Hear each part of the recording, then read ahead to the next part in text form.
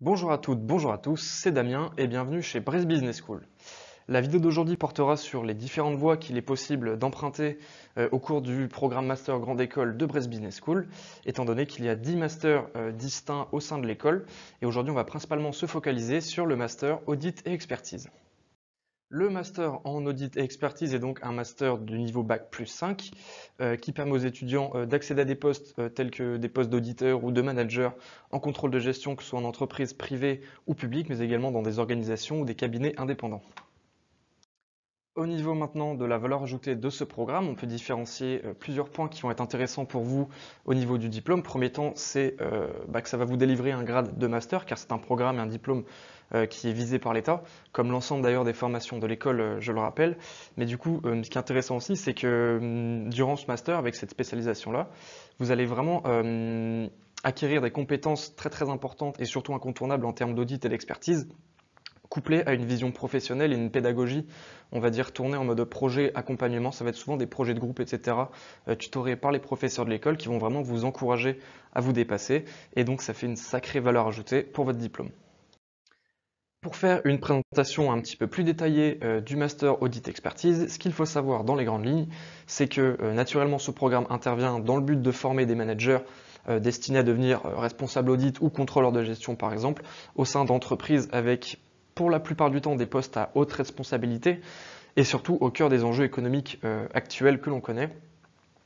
Au niveau de la personne en elle-même, donc de l'auditeur ou du contrôleur de gestion, ce qu'il faut savoir, c'est que c'est une personne qui va être amenée à côtoyer du monde tout au long de sa carrière, côtoyer vraiment des personnes tout au long de sa carrière. Donc il faut être sensible, on va dire, à l'aspect humain, à l'aspect relationnel. Donc ça va passer par la communication, le dialogue, l'adaptabilité, également faire preuve de rigueur et aussi de confidentialité.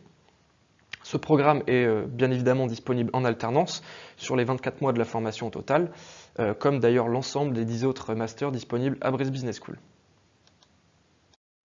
Au niveau maintenant des objectifs du programme, comme je l'ai dit précédemment, le but de ce programme est de former des responsables audit ou des contrôleurs de gestion. Donc on va y retrouver toutes les compétences qui vont être requises, on va dire, à ce niveau-là. Donc par exemple, fiabiliser l'information comptable et financière, contrôler les coûts, calculer des marges, etc. Piloter les audits de performance d'une organisation, également élaborer des recommandations stratégiques et également manager des équipes. Ça va être, on va dire, les enjeux principaux de ce programme-là à l'issue de ce master.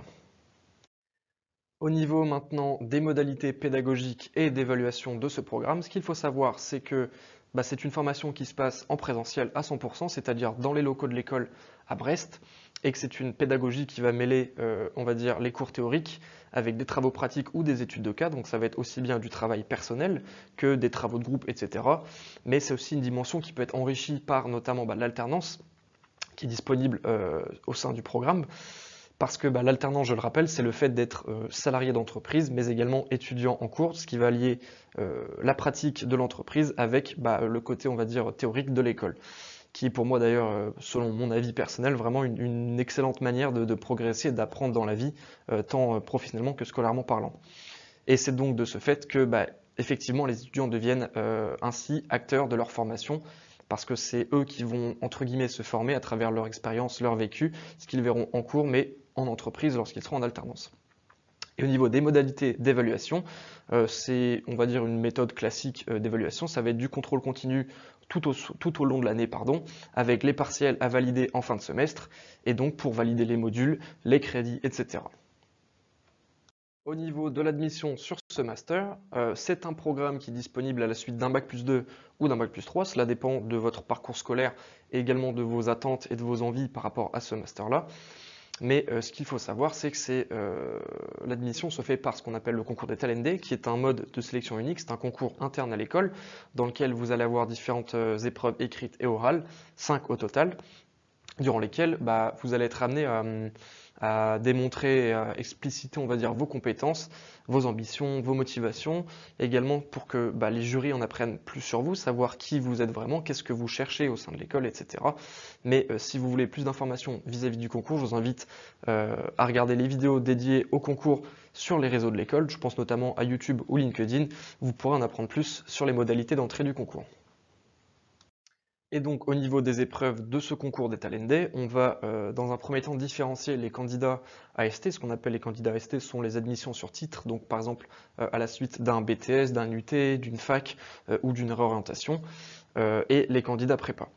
Au niveau des candidats AST, cela va se dérouler par un entretien collectif de 30 minutes coefficient 7, d'un entretien individuel 30 minutes coefficient 10, c'est le coefficient et l'épreuve la plus importante du concours des Talendais. Également une épreuve orale d'anglais de 20 minutes coefficient 3 et d'un test de raisonnement en ligne d'1 heure, coefficient 6, et pour finir un test en ligne d'anglais, 30 minutes également, de coefficient 4. Concernant les candidats prépa, on va y retrouver les mêmes épreuves sensiblement, ce sera juste les coefficients qui vont changer en fonction de l'épreuve en question, mais on va y retrouver donc l'entretien collectif, l'entretien individuel qui sera pour le coup l'épreuve la plus importante du concours pour les candidats prépa, ainsi que les épreuves de langue LV1 et LV2. Mais voilà, je me répète, mais si vous voulez en apprendre un petit peu plus sur les épreuves en particulier, sachez qu'il y a des vidéos dédiées à cela sur les réseaux de l'école, donc YouTube, LinkedIn, n'hésitez pas à aller faire un tour si vous voulez en apprendre plus sur le concours de l'école. Ensuite, après le master, au niveau des débouchés, vous allez donc avoir accès à des postes en lien avec l'audit, l'expertise et la gestion, tels que analyse crédit, auditeur de fraude, consultant, manager audit, etc. Et au niveau de l'insertion professionnelle, on note qu'il y a une rémunération brute à la sortie de l'école de 37 500 € annuels en moyenne et un taux d'insertion professionnelle qui est de 100% à la suite de l'obtention du diplôme. Au niveau du programme en lui-même, on peut voir que pour l'année 1 comme pour l'année 2, on va retrouver des modules que l'on retrouve, j'ai envie de dire typiquement en école de commerce, donc ça va être de l'économie, du droit, du management, des langues, de la logistique, de la politique financière, stratégique, etc. La seule différence va être que pour l'année 1, ce sera on va dire sur une base de tronc commun avec une majorité de travaux de groupe que vous allez devoir effectuer avec les personnes de vos classes, et pour l'année 2, ce seront des modules plus ou moins identiques dans le sens où on va également toucher à tous les aspects qu'on retrouve typiquement en école de commerce comme pour l'année 1, mais cette fois-ci ce sera vraiment centré sur l'audit et l'expertise à travers les différentes notions d'audit et d'expertise que l'on peut retrouver, donc notamment sur par exemple l'ingénierie financière, les modèles d'organisation, le management stratégique, la contrôle de gestion, etc. Après, je ne vais pas malheureusement pouvoir vous expliquer chaque ligne en détail, mais je vous invite en tout cas à mettre pause si vous voulez avoir un aperçu global de tout ce que vous allez pouvoir étudier durant ces 2 années de master, pour avoir une idée un petit peu plus claire de ce que vous pouvez retrouver au sein du programme. À présent, au niveau de l'alternance et de l'accompagnement, sachez que bien évidemment l'alternance est possible sur les 2 années du contrat du master, donc soit un contrat professionnel ou un contrat d'apprentissage.